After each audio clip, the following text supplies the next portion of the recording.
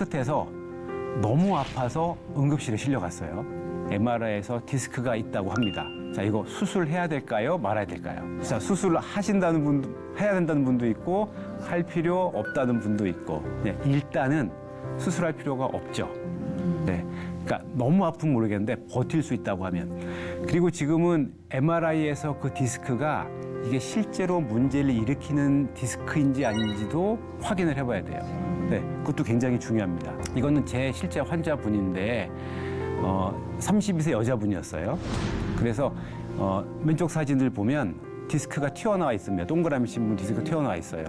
근데 3년 정도 지나서 다시 MRI를 찍었더니 디스크가 없어졌어요. 네.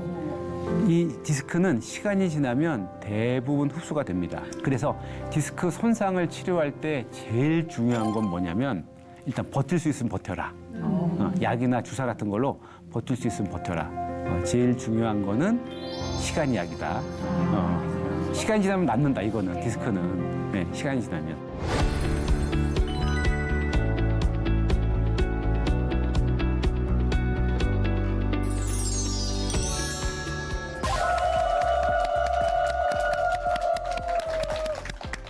네, 안녕하세요. 네, 아주대학교 병원 재활의학과 윤승현입니다. 저는 재활의학과 전문이고요.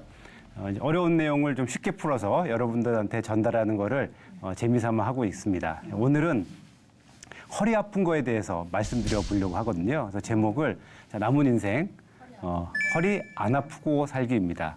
예, 허리가 지금 안 아프신 분들 앞으로도 안 아파야 되고요. 혹시 허리가 지금 아프시더라도 이제는 안 아플 수 있는 방법을 제가 알려드리려고 준비했습니다. 네.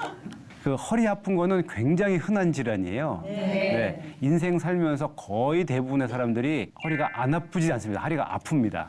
굉장히 흔한 질환이고요. 또 정형외과나 재활의학과, 신경외과 의사들이 이렇게 얘기하면 좀 그렇지만 먹고 사는 방법이기도 하죠. 아픈 사람이 너무 많으니까. 허리가 제일 흔한 근골격계 질환이고 그 다음이 어깨, 무릎이 좀 비슷합니다. 흔한 질환이고요. 허리가 아픈 사람이 있어요. 아니면 여러분이 허리가 아파요. 그거 디스크 때문인가요? 그렇진 않아요. 협착. 네, 디스크가 아닐 수도 있다. 네, 그럼 왜 아픈 거죠? 근육일 수도 있고. 맞습니다. 우리가 아프다고 느끼는 거는 신경이 가 있기 때문에 아픈 거예요. 신경이 없으면 아프지 않습니다. 네, 신경이 가 있어야 돼요. 신경이 가 있는 곳은 허리에 다 아플 수가 있습니다. 디스크, 신경이 가 있어요. 네, 근육, 인대, 힘줄 다 신경 가 있습니다. 그리고 척추 디스크 옆에는 뼈가 있잖아요. 척추뼈.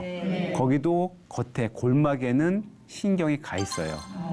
그래서 신경이 가 있는 구조물들 다 아플 수 있는데 그러면 내가 이게 아픈 게 디스크 때문인지 인대 때문인지 근육인지 힘줄인지 뼈인지를 알 수가 없죠. 알기가 어렵습니다. 아주 간단한 경우에는 알 수 있어요. 예를 들어서 우리 그 허리에 뒤에 가운데 만져보면 그 볼록볼록 극돌기라고 나와 있거든요. 고기가 만약에 아프다고 하면 그건 극돌기 위에 인대가 아픈 거예요. 인대 염저가 있는 겁니다. 그리고 그 옆을 만지면 이제 근육이 만져지잖아요. 눌렀을 때 아프다. 그러면 그건 근육이겠죠. 그건 알 수가 있습니다. 근육이 아픈 거. 근데 저 안쪽에 있는 근육들은 알 수가 없는 거죠. 디스크 이런 것도 알기가 어려워요. 그러니까 전형적으로 허리 아픈 얘기를 한번 해보면, 자, 무거운 물건을 들다가 아니면 세수를 하다가 허리가 삐끗해서 삐끗했습니다. 그리고 1주 아니면 2주, 길면 한 달 동안 꼼짝 못하고 좀 시간이 지나면서 서서히 좀 나아가요. 네. 그럼 뭐가 문제일까, 이거는? 알기가 어려운 거예요, 그게. 네. 디스크 손상이 있었을 수도 있고 근육이나 인대, 힘줄이 손상될 수도 있습니다. 알기가 어려워서 허리가 치료하기가 어려운 거죠. 허리가 아픈데 내가 지금 왜 아픈지 모르는 거예요. 어떤 사람들은 구부렸을 때 아프고 피면 또 안 아프고 반대로 또 제끼면 아픈데 구부리면 덜 아프고 다양합니다. 그래서 결국에는 알기가 좀 어려운 거죠. 이런 경우에는 확실하게 뭐가 문제인지 알 수 있는데 예를 들면 허리가 삐끗해서 아프더니 점점 엉덩이, 허벅지, 종아리까지 저려와요. 이거는 뭐가 문제인가요? 이건 신경이에요. 이건 확실합니다. 네, 이건 신경이에요. 예. 디스크가 튀어나온 디스크가 신경을 하필이면 디스크가 튀어나와서 신경을 안 누를 수 있어요. 신경은 이렇게 지나가는데 디스크는 일로 튀어나가면 증상 없습니다. 뭐 디스크는 아플 수 있겠죠. 근데 디스크가 이렇게 튀어나왔어요. 디스크가 이렇게 누르면 다리 저림이 생길 수 있습니다. 디스크가 신경을 확 누를 수도 있고요. 그냥 디스크가 원래 있는 자리에서 조금 나왔어요. 이런 경우도 다리 저림 생길 수 있어요. 왜냐하면 디스크가 찢어지면서 여기서 나온 화학 물질들이 신경을 자극해요. 그러면 다리 저림 생깁니다. 그래서 내가 종아리가 땡긴다, 뭐 발가락까지 저린다, 전기 오는 것 같다라고 하면 그건 신경의 이상일 가능성이 높죠. 뭐 항상 그런 경우는 아니지만 대부분 그럴 가능성이 높습니다. 자, 허리가 삐끗해서 너무 아파서 응급실에 실려갔어요. 그래서 보니까 MRI를 찍었더니 MRI에서 디스크가 있다고 합니다. 허리가 너무 아파요. 자, 이거 수술해야 될까요? 말아야 될까요? 네. 네. 자, 수술을 하신다는 분도, 해야 된다는 분도 있고, 할 필요 없다는 분도 있고, 네, 일단은 수술할 필요가 없죠. 네. 그러니까 너무 아프면 모르겠는데 버틸 수 있다고 하면. 그리고 지금은 MRI에서 그 디스크가 이게 실제로 문제를 일으키는 디스크인지 아닌지도 확인을 해봐야 돼요. 네. 그것도 굉장히 중요합니다. 이거는 제 실제 환자분인데 32세 여자분이었어요. 그래서 왼쪽 사진을 보면 디스크가 튀어나와 있습니다. 동그라미 신문 디스크 튀어나와 있어요. 근데 3년 정도 지나서 다시 MRI를 찍었더니 디스크가 없어졌어요. 네. 이 디스크는 시간이 지나면 대부분 흡수가 됩니다. 디스크 크기가 크면 클수록 흡수가 잘 돼요. 그 작은 거, 팽윤이라고 하는 거, 그건 잘 흡수가 안 되는데 디스크가 확 튀어나오면 뒤쪽에 있는 내척수액이 지나가면서 거기 있는 백혈구들이 디스크를 흡수합니다. 그래서 한 시간이 좀 걸려요. 한 뭐 1년, 2년 정도의 시간이 걸리면 디스크가 흡수가 잘 됩니다. 이제 이런 비슷한 연구들이 많은데 증상이 없는 사람 100명을 MRI를 찍었어요. 허리가 안 아픈 사람이에요. 그 중에서 디스크가 튀어나온 사람이 얼마나 될까요? 생각보다 많아요. 예, 절반에서 60%는 디스크가 튀어나와 있는 거예요. 디스크가 크게 튀어나온 사람도 있어요. 크게. 조금이 아니라 크게. 근데 증상이 없는 경우가 흔합니다. 그러니까 무증상 디스크가 굉장히 흔한 거예요. 예, 증상 없는 디스크. 그래서 무증상 디스크 아니면 뭐 어떤 이유 때문에 우연히 발견된 디스크, 그리고 증상을 일으키지 않는 디스크가 많기 때문에 MRI를 찍었는데 디스크가 그냥 튀어나와 있네, 이거 수술해야 되네는 아닌 거죠. 이 디스크가 문제를 일으키는지 안 일으키는지를 이제 알아봐야 되겠죠. 이제 그건 물론 이제 의사의 역할인 거죠. 다리 저림이 있는 부분이 이 디스크 때문에 그런 건지, 뭐 필요하면 근전도 검사라든가 다른 검사 같은 걸 해서 하는 거고요. 당연히 증상이 없는 디스크는 치료할 필요가 없습니다. 네, 당연히 그렇죠. 그러면 신경이 저려요. 아까 신경이 저리는 경우는 디스크가 튀어나와서 신경을 누른다고 했잖아요. 신경이 저리는 경우에도 디스크는 굳이 수술할 필요가 없는 거죠. 왜냐하면 대부분 흡수가 되니까. 시간이 지나면 그냥, 근데 아프잖아요. 다리 저림이 있고 불편합니다. 다리 저림이 있기 때문에 그럴 때 뭐 약 보존적 치료, 뭐 약을 먹는다든지 아니면 필요하면 뭐 신경 차단술, 이런 주사 같은 거, 네, 이런 것들을 해서 뭐 시술 같은 걸 해서 증상을 없앨 수 있습니다. 그래서 디스크 손상을 치료할 때 제일 중요한 건 뭐냐면 일단 버틸 수 있으면 버텨라. 약이나 주사 같은 걸로 버틸 수 있으면 버텨라. 제일 중요한 거는 시간이 약이다. 시간이 지나면 낫는다. 이거는 디스크는. 네, 시간이 지나면. 네. 자, 디스크 손상은 시간이 지나면 나아요. 그러니까 허리 아픈 건 대부분의 허리 아픈 사람들은 낫습니다. 버틸 수만 있으면. 대부분 허리 아픈 건 지나가요. 지나가는데 조심해야 될 게 있어요. 네, 그거는 손상의 재발이에요. 자꾸 다치면 안 됩니다. 살면서 10년에 한 번 허리 아픈 거? 뭐 그럴 수 있죠. 5년에 한 번? 괜찮습니다. 3년에 한 번도? 아이, 뭐 괜찮아요. 근데 허리가 만약에 매달 아파요. 계속 아파요. 이건 못 참죠. 너무 아프죠. 일상생활 할 수가 없습니다. 그래서 이 허리가 그러니까 뭔가 삐끗삐끗할 때마다 우리가 조심하지 못해서 삐끗삐끗할 때마다 허리가 망가지는 거예요. 자꾸 손상이 재발할 때마다 어떤 이벤트가 있어서 무거운 물건, 이사를 새로 했는데 무거운 물건 들다가 허리를 삐끗했어요. 그때 허리가 확확 망가지는 겁니다. 그래서 이제 손상의 재발을 조심해야 되는 거예요. 그래서 재발 안 하는 게 중요합니다. 10년에 한 번 아프면 괜찮아요. 조심하면 되죠. 근데 자꾸 재발하는 게 문제인데, 자, 재발 안 하려고 하면 세 가지를 기억하시면 돼요. 일단 좋은 자세. 좋은 자세라고 하는 거는 허리에 점만 만든 자세입니다. 목의 점만 굉장히 중요하고요. C자 모양 된 거. 허리도 C자 모양이 된 게 굉장히 중요하거든요. 그래서 항상 이 C자를 유지하셔야 돼요. 일상생활 중에. 지금 앉아 계실 때도 이 C자 잘 유지하고 계신가요? 저도 좀, 저도 모범이 되려고 과하게 이제 허리나 목을 좀 일부러 피고 있거든요. 좀 이런 거만한 자세가 좋은 거죠. 여러분들 똑바로 보지 않고 이렇게 좀 내리 깔아보는 자세, 이런 자세가 좋은 거죠. 그래서 이제 점만을 유지해야 되고, 이 점만이 없어지면 허리가 위험해진 상태예요. 바닥에 물건이 떨어졌어요. 뭐 주워야 돼요. 그러면 이렇게 죽게 되면 허리에 점만이 없어지잖아요. 네. 그러면 어떻게 주워야 될까요? 떨어졌다. 그러면 무릎을 살짝 한쪽 다리 구부려서 이렇게 줍고, 아니면 테이블을 해서 뭐 이렇게 줍고, 허리가 안 아프신 분들은 굳이 할 필요 없어요. 이렇게. 근데 지금 허리가 아파요. 그런 경우에는 이런 식으로 주우셔야 됩니다. 지금 허리가 아프다는 건 피부로 비유하면 피부에 이렇게 칼로 상처가 생겼어요. 이거 빨리 아물려고 하면 이거 건드리지 말아야 되겠죠. 근데 자꾸 막 문지르고 막 이러면 흉터 생기잖아요. 똑같아요, 허리도 이렇게 데일밴드 딱 붙여서 더 이상 손상되지 않도록 해주는 게 요추점만 만드는 거거든요.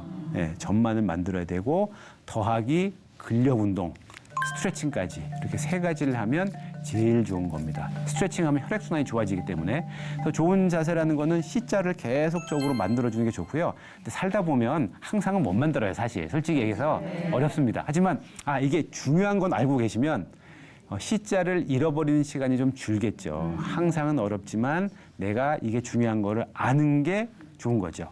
그리고 허리를 구부리지 않아야 됩니다. 그러니까 허리를 안 구부릴 수는 없죠. 하지만 적게 구부려야 돼요. 적게 구부리는 시간을 줄여야 되고, 또 우리나라 사람들 이제 바닥에 앉는 걸 좋아하잖아요. 근데 이제 바닥에 앉는 거를 가급적 줄여야 돼요. 가급적. 바닥에 앉는 자세에서 이 요추점만 만들기가 되게 어렵습니다.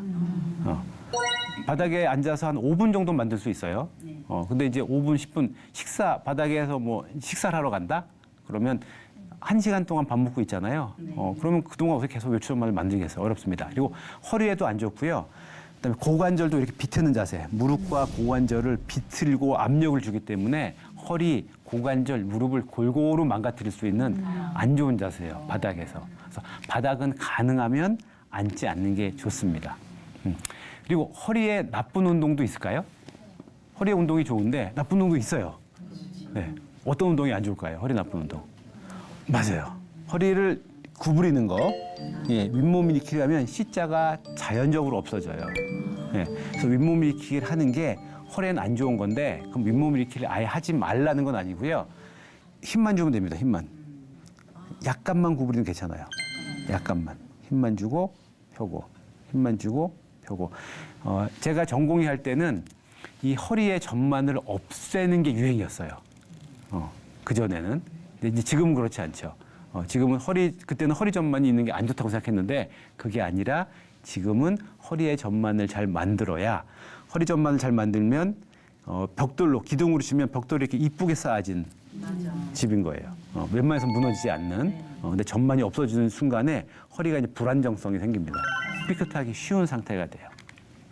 그다음에 걷기는 허리에 좋은 운동일까요? 허리가 아파요, 지금. 아프다. 그럼 걷기를 해야 될까요, 말릴까요? 걷기에 좋은 운동이에요. 단 허리에 점만을 잘 만들고 걸으면. 연구들이 꽤 돼 있어요.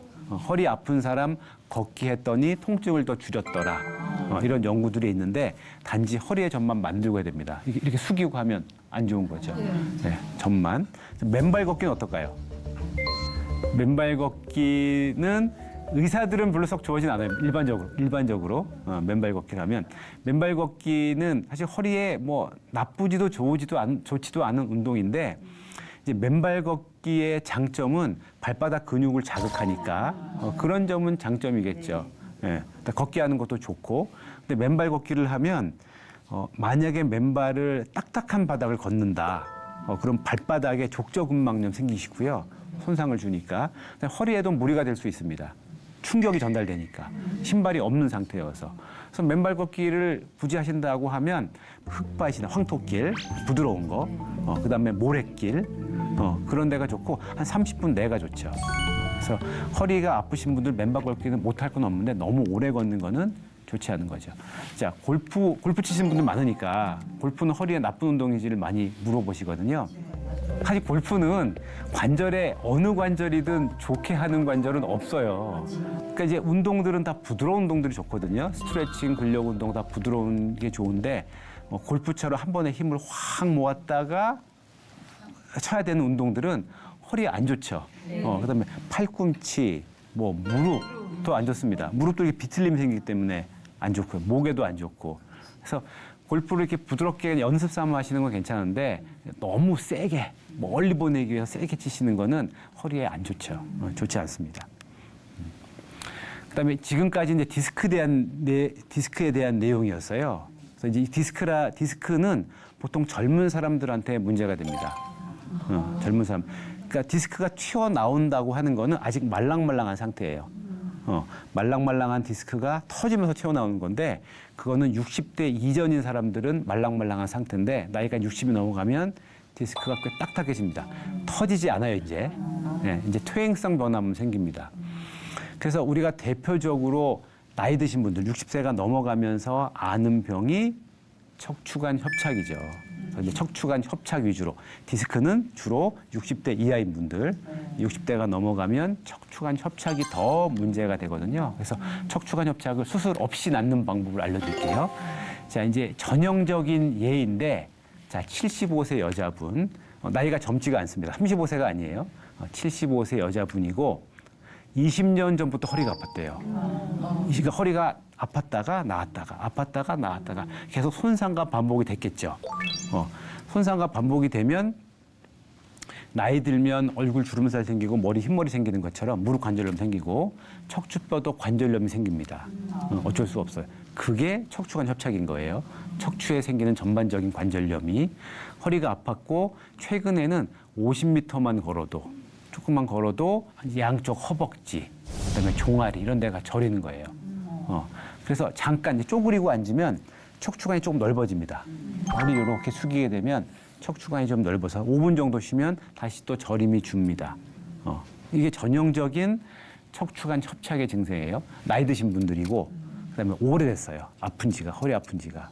그래서 허리가 이제 많이 망가지신 분들, 그다음에 허리를 이렇게 수그리면 오히려 증상이 좀 나아지는 거. 네, 이게 전형적인 척추관 협착증의 증상인 거죠. 척추도 당연히 나이를 먹습니다.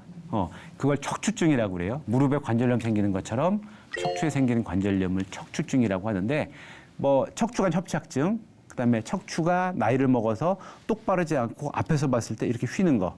그게 척추측만증이고요. 그다음에 척추뼈가 벽돌처럼 착착착 쌓여야 되는데 뒤쪽에서 못 잡아주니까 척추뼈가 앞쪽으로 쑥 쏠려 나가는 거. 이게 이제 전방전이증. 앞으로 가면 전방전이, 뒤쪽으로 가면 후방전이. 네, 후방전이증. 그다음에 척추가 이렇게 등이 휘는 거, 척추 후만증이라고 하거든요. 이런 것들이 다 퇴행성 질환입니다. 나이 들어서 생기는 병이죠. 측만증은 뒤에서 봤을 때 휘는 거, 후만증은 이제 뒤쪽으로 튀어나오는 거. 네. 그다음에 척추뼈가 지금 요추 4번이 5번보다 이렇게 쓱 내려가 있는 거잖아요. 이게 이제 전방전이에요. 앞쪽으로 튀어나온다고 해서 전방전이가 되면 문제가 뭐냐면 앞으로 이렇게 쏠리면서 움직임이 생겨요. 덜렁덜렁. 통증이 생깁니다. 움직임이 필요 없는 움직임이 생기니까. 그다음에 이 척추 가운데는 신경, 척추관이 있는데 요 척추관이 전방전이가 되면 신경이 눌려요. 좁아지니까. 그래서 다리 저림이 생기기 쉽습니다. 그래서 척추관 협착과 디스크의 차이점은 뭐냐면 디스크는 디스크가 터져서 뒤쪽으로 신경이 눌러서 다리 저림, 디스크 자체가 아프던지 아니면 다리 저림이 생기는 거예요. 그래서 시간이 지나면 디스크는 흡수가 되기 때문에 좋아질 수 있는 거죠. 회복이 가능한 병이에요. 근데 척추관 협착은 디스크가 뒤로 튀어나오는 거 더하기, 자, 앞쪽에서 뒤쪽으로 척추관으로 들어오는 거 더하기, 뒤쪽에 있는 관절, 인대 이런 것들이 나이가 들면서 두꺼워졌어요. 그래서 척추관이 좁아진 거예요. 신경을 압박하는 겁니다. 디스크는 앞쪽에서만 누르는데 척추관 협착은 앞쪽뿐만 아니라 뒤쪽에서 다 누르는 거고, 디스크는 시간이 지나면 흡수가 되지만 척추관 협착은 시간이 지나면 점점점 나빠지는 거예요. 점점점. 무릎 관절염 생겼는데 회복이 되진 않잖아요. 회춘을 해야지만 이건 회복이 되는 거잖아요. 얼굴 주름살 점점 나이가 들면 심해집니다. 어쩔 수 없는 거죠. 그거는 척추관도 많이 썼기 때문에, 척추를 많이 썼기 때문에 척추관 협착이 생기는 거죠. 척추에 나이 들어서 생기는 병입니다. 척추 당연히 나이 먹어요. 그러면 이제 우리가 하고 싶은 건 나이를 좀 천천히 먹으면 좋잖아요. 천천히. 척추관을 막 쓰면, 척추를 막 쓰면, 막 쓰게 되면 허리가 망가지는데 이거를 천천히 쓰는 법을 알려드릴게요. 반대로 이런 경우에 확 나빠지는 경우, 척추가 나이가 드는 경우도 알려드릴 텐데, 나이가 드는 경우가 언제냐면 삘 때입니다. 삐끗할 때. 그러니까 뭔가 급하게 뭘 하다 보면 삐끗할 때가 있어요. 무거운 걸 들고. 도구를 이용해야 되는데 도구 이용하자 갑자기 뭐 물건 들다든지 뭐 이사를 해서 빨리빨리 옮겨야 된다든지, 특히 뭐 척추를 비틀 때 이렇게 비트는 동작들 하게 되면 척추에 부하 걸립니다. 이 전만을 잃어버릴 때가 망가지기 쉬울 때니까, 이 전만이 없을 때, 이렇게 몸을 웅크릴 때, 삐끗할 때 척추가 손상이 탁탁탁 되는 거예요. 손가락 관절염도 그렇거든요. 나이가 들어서 손가락 관절을 많이 쓰면 손가락 관절이 커지잖아요. 이거는 계속적으로 삐었다가 나왔다가 삐었다가 나왔다가 반복하기 때문에 그러는 거예요.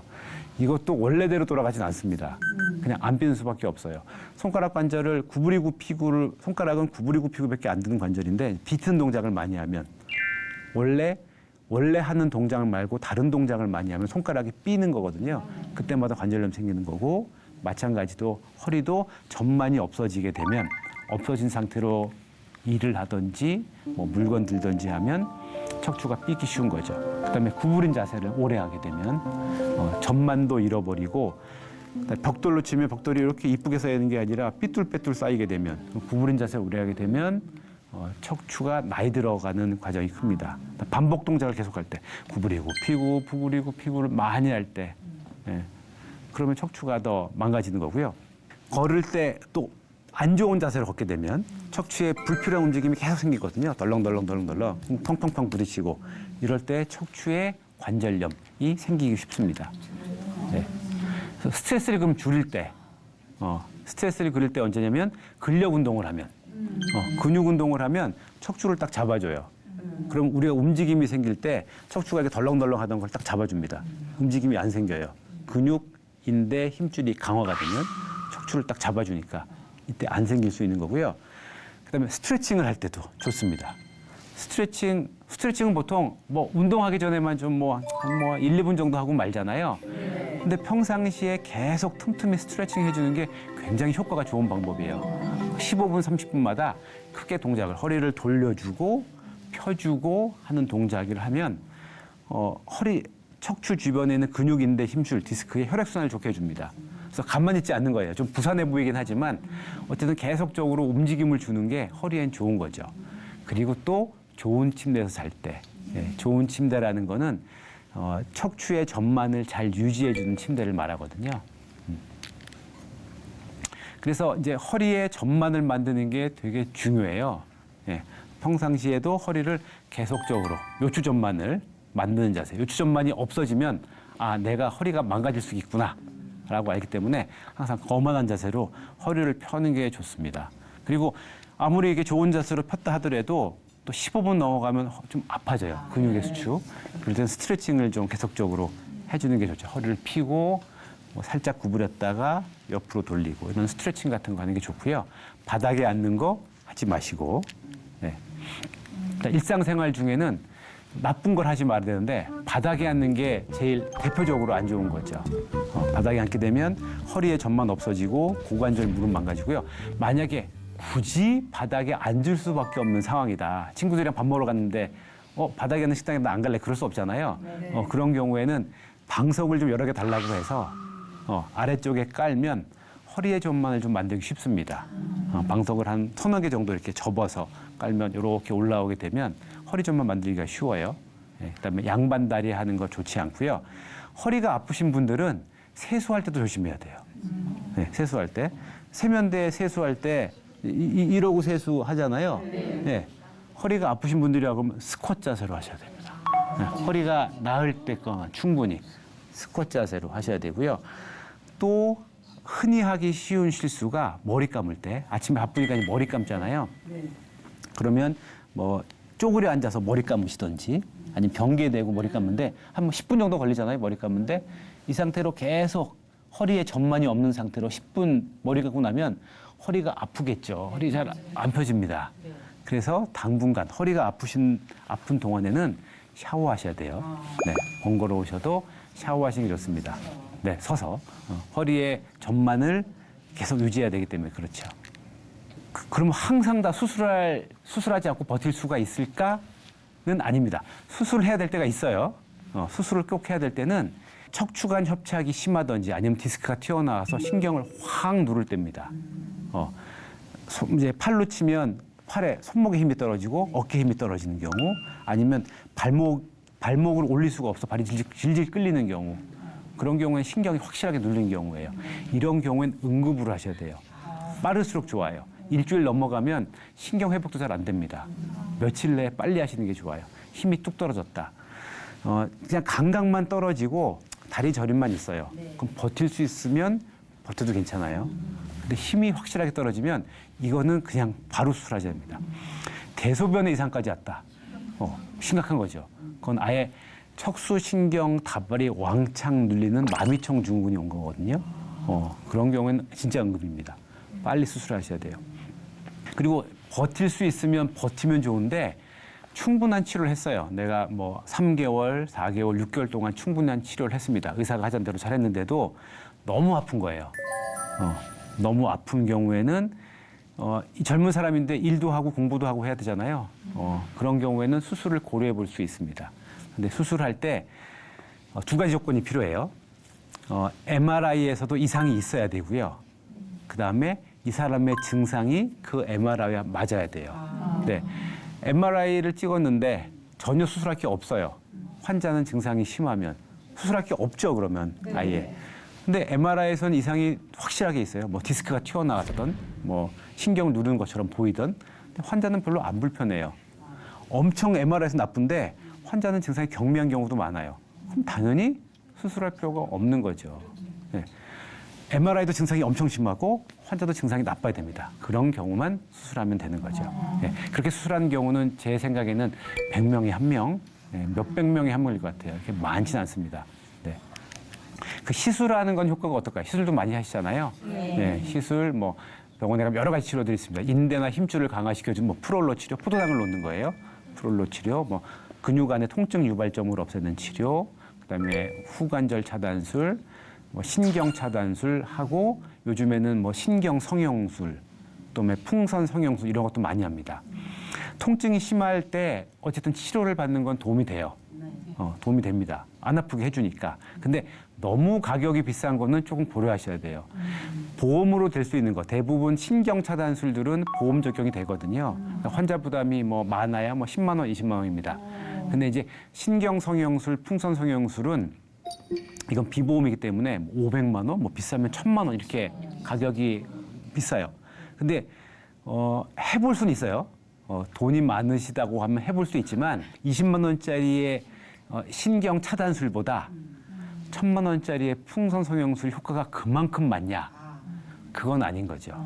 그건 좀 장담하기가 어렵습니다. 그래서 통증이 너무 심하면 고려해 볼 수 있어요.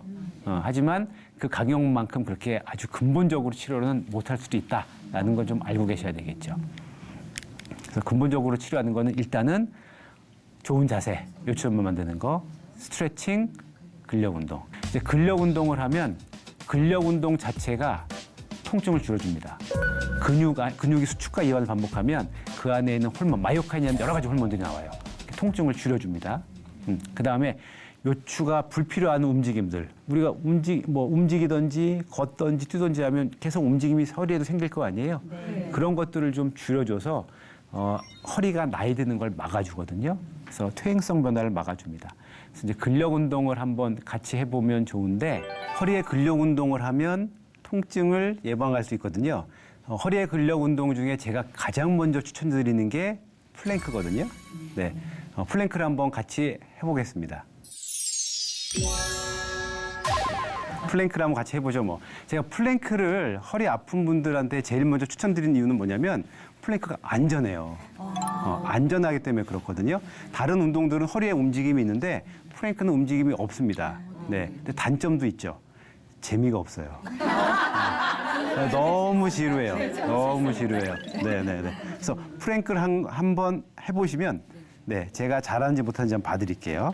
네, 일단 엎드리셔서, 네, 엎드린 상태에서 팔을 짚으시고, 그렇죠. 네, 이 상태에서 이제 허리와 무릎을 피면서 쭉 드시면, 그렇죠. 그렇습니다. 예. 예, 잘하시는 거죠. 네, 한 몇 초, 30초 버텨볼까요? 네. 잘하시는 거고요. 이렇게 잘하시면 괜찮은데, 예, 혹시 이 플랭크 하기가 어렵다라고 하면 한번 내려가 보시겠어요? 예, 완전히 내려가 보세요. 완전 힘 뺀 상태로 처음부터 다시 해볼게요.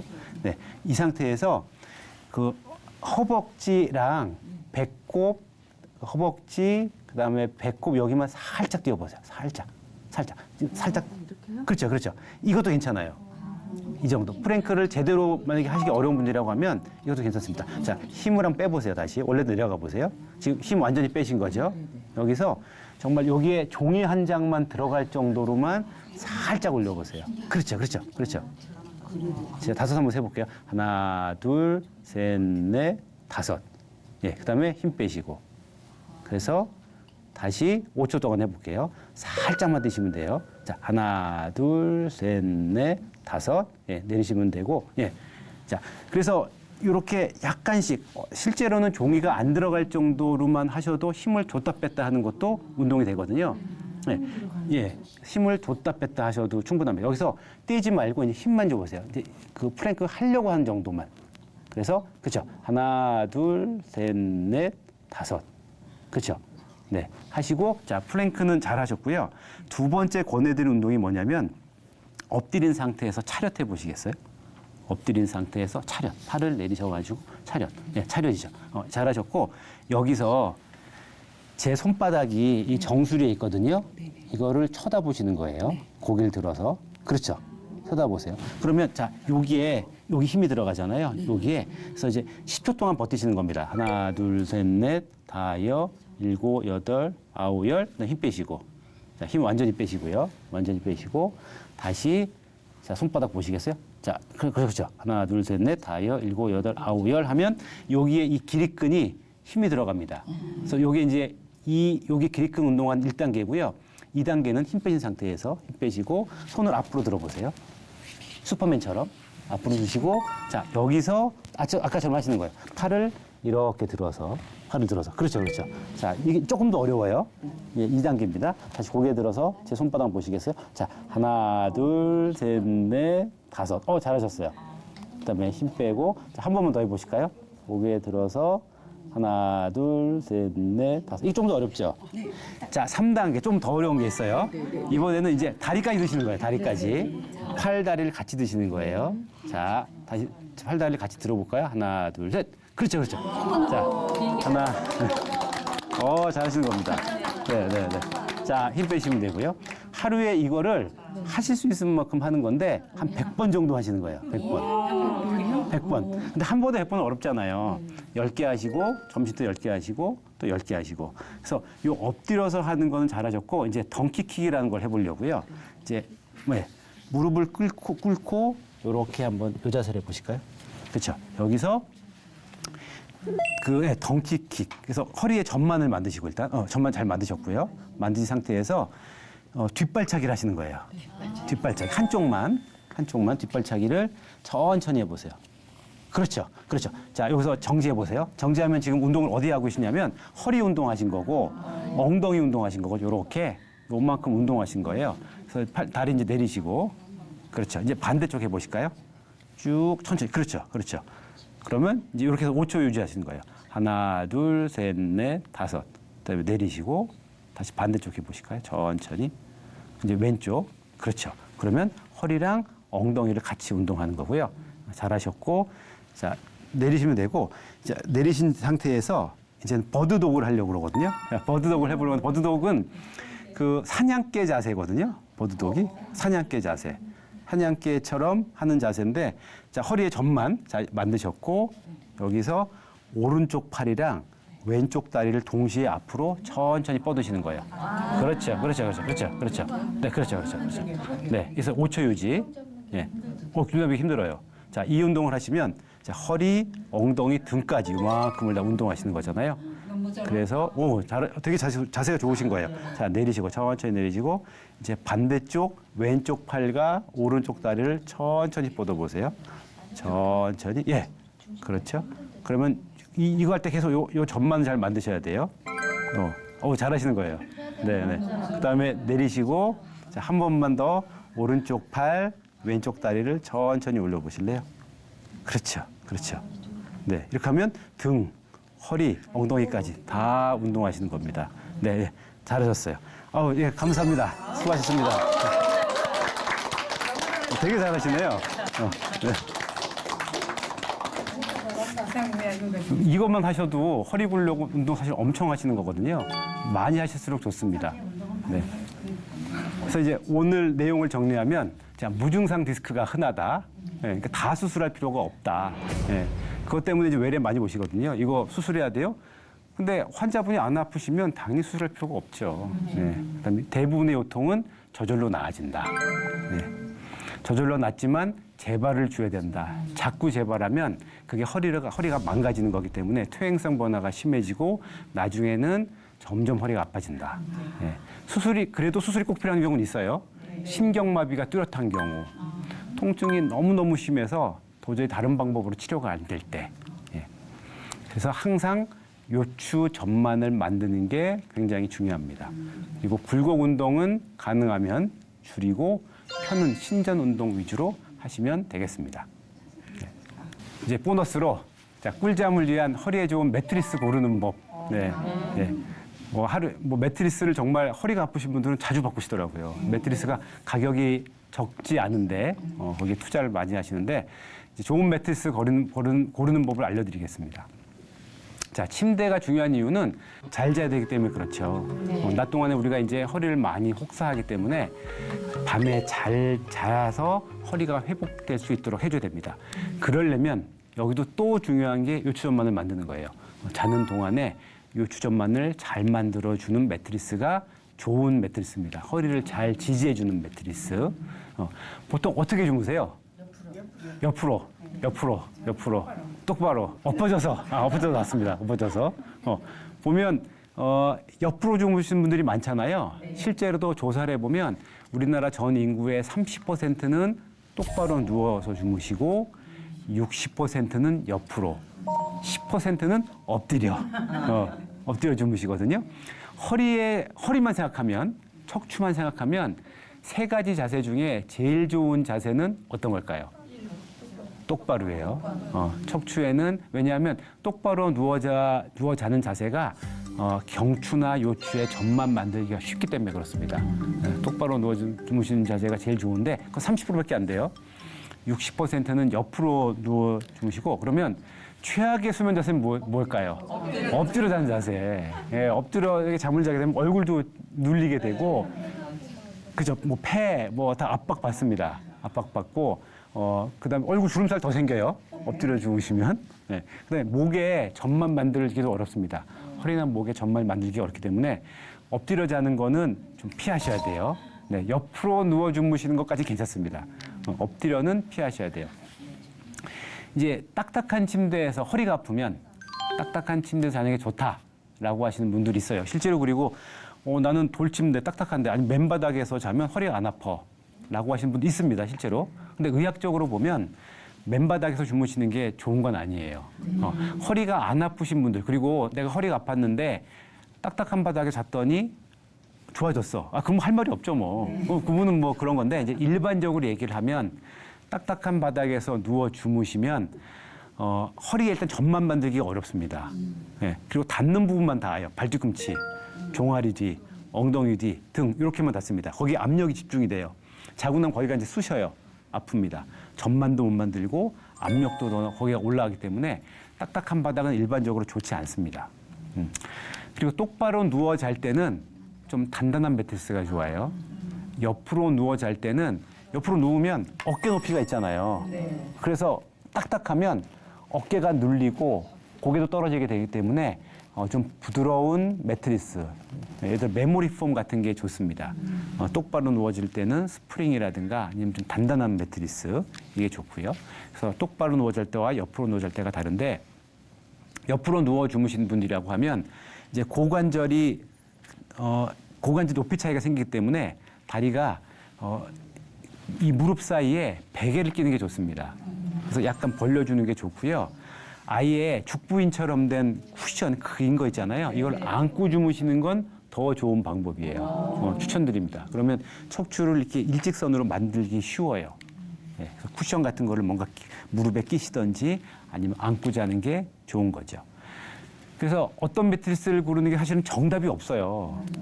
근데 내가 누워보고 고르는 건데 보통 매트리스를 크게 스프링, 메모리 폼, 라텍스 이렇게 하잖아요. 가격이 정말 천차만별입니다. 근데 보통 이제 유명한 매트리스 회사에서 만든 뭐 싱글이면 대략 50만 원 이상 넘어가는 거, 그다음에 더블이면 한 100만 원 정도 넘어가는 거면 대충 되게 괜찮습니다. 네, 좋은 거고요. 그다음에 요즘에 양면 매트리스도 있기 때문에 한쪽은 딱딱하고 한쪽은 좀 부드럽고 이렇게 되기 때문에 그런 매트리스를 고르는 것도 좋은 방법입니다. 그래서 제일 좋은 건 매트리스를 누워보는 게 제일 좋은데 사실 그거 자보지 않기 때문에 그건 알기가 어렵잖아요. 그래서 이제 일반적인 얘기를 말씀드리면 체험할 수 없다고 하면 비슷한 가격이라고 하면 보통 스프링을 고르는 게 제일 낫습니다. 일반적으로 보면. 그리고 스프링에서도 얇은 거보다 재료가 충분히 들어간 두꺼운 스프링 매트리스가 제일 무난한 형태예요. 그리고 누웠을 때 허리를 잘 지지해주는 느낌이 있는 매트리스가 좋습니다. 그리고 체중이 무거운 사람들은 엉덩이 쪽에 쑥 꺼지거든요. 그래서 조금 더 단단한 매트리스가 좋아요. 체중이 가벼우신 분들은 좀 부드러운 매트리스 괜찮은데. 그래서 나한테 맞는 매트리스 강도는 사실 그 회사에 들어가 보면 나옵니다. 딱딱한 것부터 부드러운 것까지. 그래서 내가 호텔 침대처럼 정말 쿠션이 많은 거, 그리고 옆으로 누워 자는 걸 좋아해 라고 하면 메모리 폼 같은 게 좋은 거고요. 그다음에 나는 똑바로 누워 자고 그다음에 허리를 좀 지지해주는 느낌을 좋아해라고 하면 좀 하드한 쪽이 낫습니다. 그래서 보통은 한국 사람들은 중간 정도, 미디움에서부터 하드 정도까지가 좋습니다. 그래서 여러분들한테 매트리스, 좋은 허리를 위해서 매트리스 고르는 법까지 알려드렸고요. 자, 정리하면 이제 요점만 만드는 거 굉장히 중요하고 그다음에 스트레칭, 근력 운동, 좋은 매트리스까지 고를 수 있다고 하면 평생 허리가 안 아프고 살 수 있을 것 같습니다. 네, 감사합니다.